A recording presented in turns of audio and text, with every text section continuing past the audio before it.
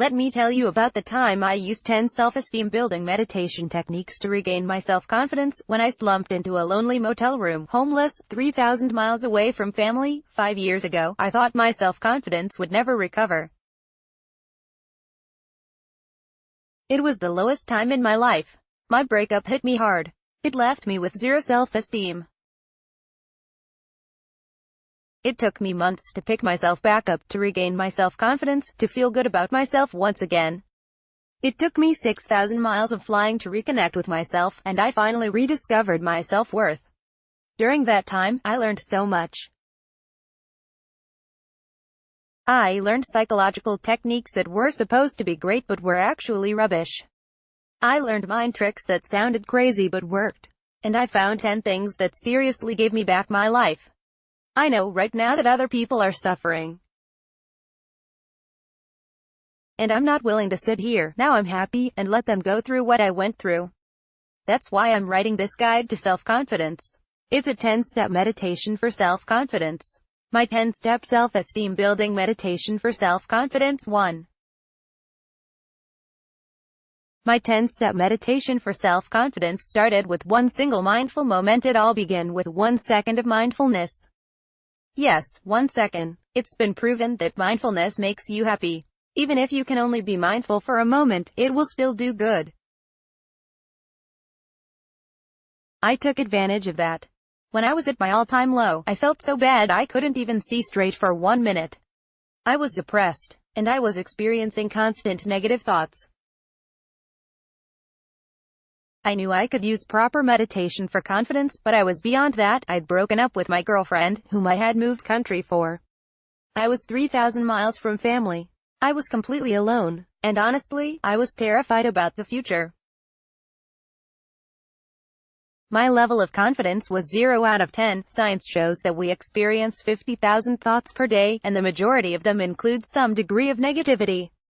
Well, sitting in that dingy motel room all alone, and some 3,000 miles from home after I immigrated to Canada, I think I experience about 1 million negative thoughts in 1 hour. There were so many negative thoughts in my mind that I couldn't even see straight. I knew I wasn't ready to use one meditation for confidence. What I needed was one mindful moment. Mindfulness means being conscious of the present moment. Science has proven that mindfulness creates happiness. And of course, confidence is very closely linked to happiness, and we are mindful, we are able to perceive our thoughts, and that gives us power to change our thoughts. That's why mindfulness is one of the best things for confidence. Problem is, it's not always easy being mindful, especially when you're experiencing an endless siege of negative thoughts. BCTT tweet equals, sometimes you just need 1 second of mindfulness to break out of negative thoughts and connect with the moment. Username equals T_D_meditation, me. I pinched myself hard on the hand, and I let the jolt bring my mind back to now. My level of confidence was now about 1.5 out of 10. 2. Then I took a Zen walking meditation. Confidence increased a little more. Have you ever noticed how walking helps relax the mind? In one experiment, scientists Miller and Krisen studied the mood of students when walking compared to sitting. The results, the research show that walking increases our engagement with life. In a second study, Miller revealed that walking helps us to stay positive for longer. So when we're feeling low, walking increases our happiness, and when we already are happy, walking helps us stay that way for longer. At the time, I was distraught and had zero confidence. I stepped out the lonely motel room and went for a 10-mile Zen walk around the city. A Zen walk is basically a meditative walk in which we focus on the sense of movement. This helps us to feel free. My Zen walk reduced the ruminating negative thoughts I was experiencing and helped me to feel a little better about myself. That was step 2 of my 10-step meditation for self-confidence. Confidence level, 2.3 out of 10. 3. Then, after using forgiveness meditation, confidence went up again. BCTT tweet equals, enlightened people know that for the sake of confidence, you have to forgive every mistake. Username equals T_D_ meditation. It's hard to be confident when you're constantly hating on yourself for mistakes you made in the past. That's why part of using meditation for self-confidence is to forgive yourself. I was low and my mind was attacking itself. I was hating on myself. I kept thinking of all the mistakes I'd made. And that made it impossible to live in the moment, and impossible to see any hope. Science has proven that forgiveness is important for happiness and well-being. Whether we are forgiving ourselves or forgiving others, we need to forgive in order to move on. A lack of confidence is often caused by the idea that we didn't do things correctly before, so why will now be any different? But for self-growth, we need to forgive ourselves of past errors, learn from those errors, and be empowered by our past experiences. And do all that, we need to forgive ourselves. See, I worked on forgiving myself. I admitted past mistakes and learned from them. And I decided to use those lessons to my advantage in the future. Confidence level, 3.1 out of 10. 4. Then I started watching a ton of inspiring movies. Having forgiven myself for past errors, I was starting to see hope. But I was going through major changes and it was exhausting. This was also a break from doing all those meditations for confidence. I started watching a lot of inspiring movies for confidence too. That way I could relax while still improving my confidence. Scientific research has proven that our minds learn from the movies. When we watch positive, inspiring movies, we actually develop psychologically. Lion King, Aladdin, Star Wars, The Pursuit of Happiness. These movies all helped inspire self-confidence. These movies helped me to relax while inspiring me to move forward. Then it would be time to get back to some more meditations for confidence. Confidence level, 3.7 out of 10. 5. Then I spent a lot of time with positive people. At this point I was still taking a break from those confidence meditations I'd been doing. I checked out of the motel room, reconnected with my ex, and was starting to feel that maybe I might have a future. I had a small scrap of hope.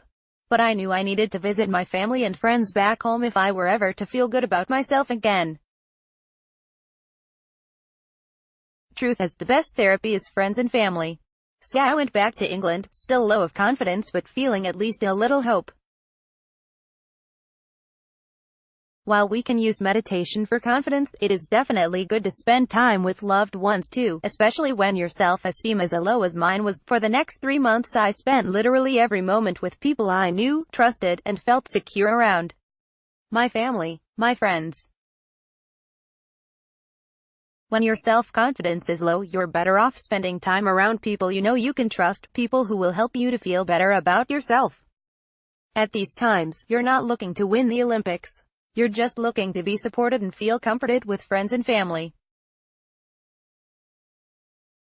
And if your friends and family are awesome like mine, they will do everything in their power to help you recover your confidence and self-esteem. Kind words, smiles, companionship. It's a big deal. And at the same time, cut out negative people from your life. They are lowering your self-confidence with every negative word they say. Incidentally, a major source of low confidence is people who use gaslighting tactics. Take a look to see whether you're being manipulated. Confidence level, 4.3 out of 10. 6. Then I started meditating on confidence itself. Here is the smiling Buddha meditation technique I used. This is the #1 meditation for confidence and self-esteem. I have written in a lot about meditating. But listen. Meditation can be a challenge when you're extremely low, because it can make you see things in your own mind that you don't want to see. Having returned home and with the support of family, I was ready to start meditating again. I started using basic meditations for confidence, meditation techniques like mindful breathing, mantras and smiling Buddha technique. These meditations help the mind to relax and they let us see our thoughts more clearly. Once we see those thoughts, we can start to change them. For me, meditation provided a much-needed pause. It let me reconnect to the living moment. This gave me the change to start again. As well as meditating, I learned some good mantras for confidence. Confidence level, 5.3 out of 10, 7. Then I started using yoga for confidence too. It's not rocket science, but exercise makes you feel good. Funny how we forget that when we're down. When your self-confidence is low, you often forget to do the basics like going to the gym and exercising. So while we can use meditation for self-confidence and self-esteem, it's good to work out too. It took me 2 months from my lowest point to be able to start exercising again. I started with yoga. Yoga is fantastic for the mind and the body. The stretches help free the mind while the body gets loosened up. I've written a guide to using yoga for positivity if you would like to take a look. Yoga promotes so many positive mental states: happiness, confidence, inner peace. When you're using meditation for self-confidence, balance it out with yoga. Confidence level, 6.5 out of 10, 8. Then I adopted confident body language. I read my body language book on Amazon. Did you watch the Amy Cuddy TED presentation in which she explained how body language affects our minds? Cuddy revealed that we can create positive states of mind just by changing our body language. http://www.youtube.com/watch?v=ks-_mh1kmc. When I started to sit up straight, to hold my chin up, and to look people in the eyes, I started to feel more powerful and more confident. And this took my confidence up. Yet another point. The best body language for confidence is not putting your hands in pockets, holding your chin level, parallel to the ground, always having good posture, standing with your legs separated by a foot or more. This will change depending on your stature. Nod to yourself occasionally and when speaking to others. Not only does this body language make you confident, it does wonder for your charisma. Incidentally, for one of the absolute best meditations for confidence, stand with strong body language and then meditate on sensations in your body. Trust me, you want to try this. Confidence level, 7.3 out of 10. Here's my tutorial on being charismatic. 9. Then I used another fantastic meditation technique for confidence, loving kindness. 3 months after my fall from grace, I learned a truly remarkable tip for confidence. This tip completely changed my definition of confidence. And it turned my world around. We usually think that confidence is a personal thing, that it is entirely about us, ourselves, and whether we have confidence or not. This, I learned, is an unenlightened perspective. Because confidence is actually shaped by the way we view the world. People who think that the world is a vicious, predatory place, people who think lowly of others, these people naturally have low self-confidence. Because they believe the world is evil, they do not feel secure in that world.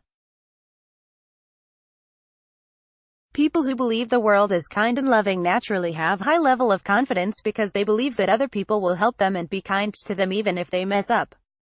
So instead of changing ourselves, we should change our perspective. Know the world. How do you do that? Practice loving kindness meditation. This is definitely one of the best types of meditation techniques for confidence.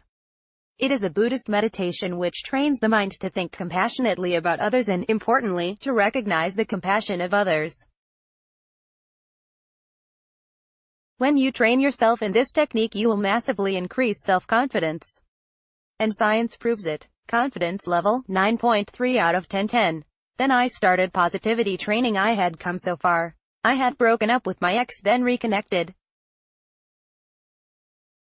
I had been homeless, then returned back home to England. I had been at my absolutely lowest point in life. And I had pulled my way back up. My confidence was high. Now I wanted to maximize my confidence and to sustain it. That's why I started positivity training. There are so many psychological techniques we can use to train the mind to be confident: mindfulness, self-love, meditation, cognitive behavioral therapy, affirmations, mantras. How do you know which techniques to use? I used a handful of very powerful strategies. And these strategies trained my mind to be confident and positive.